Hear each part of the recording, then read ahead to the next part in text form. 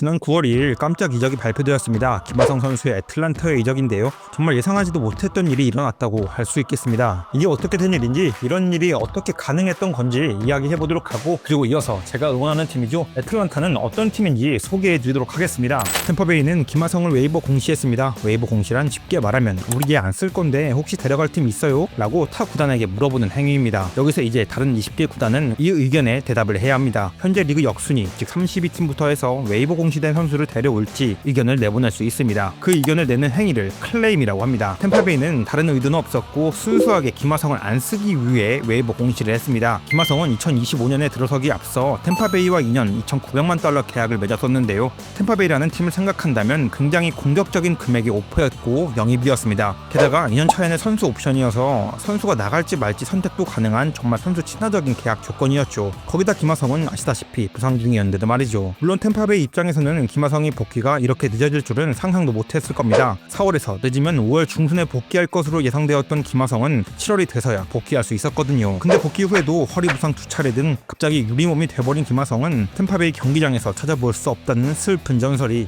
아무튼 김하성은 템파베이에게는 어쩌다 보니 갸륵 같은 존재가 되었습니다. 없는 살림에 큰맘 먹고 샀는데 이게 참 쓰지를 못한 거죠. 김하성의 25시즌 성적은 원고를 작성하는 9월 3일 현재까지 타율 2할 2푼 4리, 출루율 2할 9푼, 장타율 0.31, OPS 0.612, WRC 플러스 71을 기록하고 있었습니다. 근데 사실 별로 의미가 없는 기록입니다. 이유가 경기를 나간 적이 거의 없기 때문인데 올해 소화한 경기 수가 24게임밖에 되질 않습니다. 현지 템파베이 팬들이 김하성 타석에서 야유를 터뜨렸던 이유가 어쩌면 설명이 될지도 모르겠네요. 근데 또 때마침 템파베이에겐 김하성을 정리할 명분이 하나 더 생기는데 템파베이가 프로 진출에 실패한 것입니다. 솔직한 말로 김하성을 1년 더 데리고 있을 필요가 전혀 없었던 겁니다. 내년에 트레이드를 노려볼 수도 있었겠지만 없는 살림인 템파베이는 그런 선택보다는 자녀 연봉 200만 달러와 내년 연봉 1600만 달러를 아끼는 게 더 좋다고 생각했던 것 같습니다. 그리고 마침 팀 내 최고의 유망주 카슨 윌리엄스가 생각보다 더 좋은 성장세를 보이고 있어 내년부터는 그를 위한 자리를 만들어 놓아야 했는데 그걸 미리 올해로 당겼다고 볼 수도 있는 처리였습니다.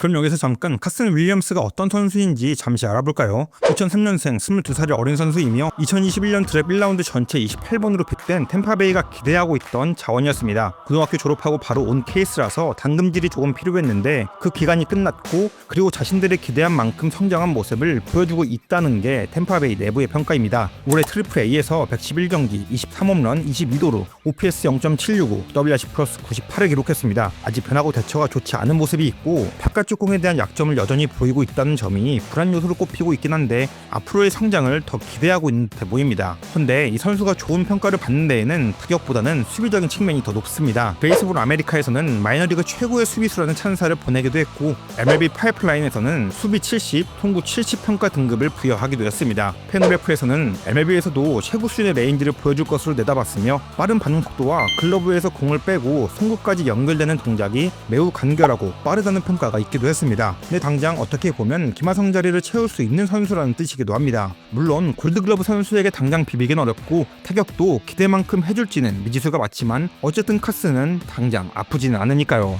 한편 그렇다면 애틀란타 브레이브스는 왜 김하성을 영입한 걸까요? 우선 첫 번째, 팀 내 주전 유격수 닉 앨런의 문제입니다. 앨런은 이번 시즌에 애슬레틱스에서 데려온 자원인데 25시즌 5위 A가 전체 3위인데요. 공동 1위 메이신 윈 21, 바비트 주니어 21, 3위 닉 앨런이 16입니다. 최상위 수비수란 이야기죠. 뛰어난 운동신경은 아닌데 타구 판단 속도가 진짜 빠릅니다. 송구 속도도 매우 깔끔하고요. 기본기가 정말 탄탄한 스타일의 수비수입니다. 헌데 타격이 진짜 노답입니다. 올해 127게임의 출장에 OPS 0.534, WRC 플러스 53을 기록하고 있습니다. 홈런은 0개이고 장타율은 0.249입니다. 그럼 뭐 출루라도 좋은가? 타율은 2할 2푼 1리에 출루율은 2할 8푼 5리입니다. 근데 한마디로 타격은 아예 무재능입니다. 이게 나아질 기미가 또 아예 안 보이는 게 2022년 100게임 WRC 플러스 59, 2023년 106게임 WRC 플러스 54, 24년 41게임 WRC 플러스 33이었거든요. 솔직히 우승을 노리는 팀 입장에서는 이 정도 타격의 유격수를 쓸 수가 없습니다. 가스기나 필라델피아, 매치는 갈수록 세지고 있는 상황이고 워싱턴하고 마이애미도 내년에 올해보다 더 강해질 것으로 내다보고 있기 때문에 수비 하나 잘한다고 주전 유격수로 바꿔 쓸 수 있는 상황이 아닙니다. 두 번째, 당장 올릴만한 유격수 팜이 없습니다. 팀 내 유망주 랭킹 3위와 4위에 이름을 올린 선수들이 있긴 한데 이번 25 드래프트 1라운드 전체 22번, 2라운드 전체 60번으로 뽑은 선수들입니다. 네, 부랴부랴 준비했다고 볼 수 있죠. 있죠. 그렇다 보니까 이 선수들은 당장 내년에 올리기는 어렵습니다. 빨라야 27년도를 내다보고 있는 자원들이죠.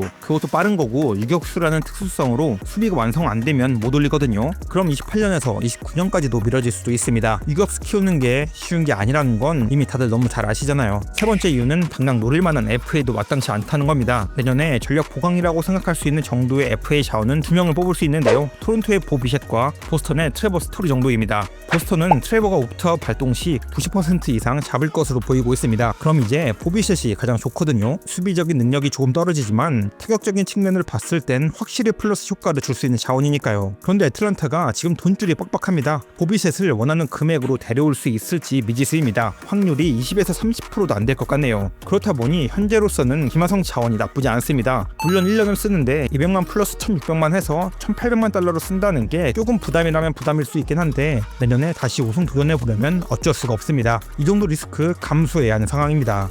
애틀란타는 지난 몇 년간 내셔널리그 강팀 중 하나였고 당연히 월드시리즈에 도전할 수 있는 팀 전력을 갖추고 있는 MLB에 손꼽히는 명문이었습니다. 실제로 2021년에 월드시리즈 우승 반지를 획득하기도 했고요. 그런데 올해는 완전 망했습니다. 당초 예상되었던 선발 로테이션은 제대로 돌아간 적도 없습니다. 루페즈는 부상으로 아웃되었고 세일도 부상으로 풀타임을 뛰지 못했죠. 그리고 작년에 깜짝 등장해 선발 로테이션의 핵심으로 떠오른 스펜서 슈얼런 바흐도 부상으로 시즌 아웃되었고요. 감독 입장에선 팀 전력을 제대로 구사하기도 힘든 상황이었습니다. 게다가 설상가상으로 2023년 두 번째 토미전 수술을 받고 돌아온 스펜서 스트라이더 선수는 완전 망가진 모습을 보이고 있고요. 19게임 101이닝 ERA 4.97로 정말 최악의 시즌을 보내고 있습니다. 패스트볼이 본인 전력의 70% 이상이 되던 선수였는데 이마에 가까이 느려진 패스트볼과 떨어진 구위가 너무 치명적으로 다가온 것 같습니다. 패스트볼 회복이 안 될 것 같다면 내년에 무조건 방향성을 틀어야 합니다. 그래도 이 와중에 팀적으로 다행이라고 할 수 있는 건 내년엔 다시 선발 풀 로테이션이 가능할 것으로 보인다는 겁니다. 그럼 어쨌든 다시 우승에 도전할 수 있습니다. 타격 쪽에서도 참 좋지 않았었는데요. 아쿠냐가 두 번째 무릎 부상에서 돌아온 시즌이었는데 다른 선수들의 폼이 영 말이 아니었습니다. 팀 내 간판 타자 중 한 명인 이루수 아지 알비스는 WRC 플러스 81을 기록하며 본인 커리어 로우를 기록했고 팀 주전 중견수 마이클 해리스는 WRC 플러스 85로 역시 커리어 로우를 기록했습니다. 주전 3루수 3번 타자 오스틴 라일리도 102게임 WRC 플러스 103을 기록해 역시 커리어 로우를 기록하고 있습니다. 4번 타자 마르셀 오지나도 지난해 154에서 올해 115로 대폭 감소했습니다. 그리고 주익슨 트럭파도 자신차게 영입했는데 약물로 80경기 출전 경기 받으면서 시즌을 거의 날려먹었고요. 물론 복귀 이후 WRC 플러스 138로 엄청 잘해주고 있어서 내년에 기대해볼 수 있긴 한데 그래도 덕분에 올 시즌 날려먹은 건 팩트입니다. 여기에 불펜도 정리가 많이 필요한 상황입니다. 불펜에 미들맨이 단 한 명도 없습니다. 한두 점 차는 언제나 역전당할 수 있는 믿고 볼 수 있는 불펜이죠. 게다가 여기에 팀 마무리 투수 이글레시아스도 올해 성적이 좋지 않았었습니다. 내년에 FA이기도 해서 이것도 정리도 해야 하고요. 여러모로 올해는 진짜 최악의 해였습니다. 내년을 위해 미리부터 하나 둘씩 지금부터 정비해도 이상하지 않는 상황이죠. 이런 큰 틀에서 김하성 선수가 영입된 것으로 보입니다. 주전 유격수 자리를 딱 만들어 놓고 시즌을 시작해야 내야 구성을 아주 수월하게 할 수 있을 테니까요. 그런 면에서 부상이 없다는 전제하에 김하성 카드는 애틀란타에겐 지금 베스트입니다.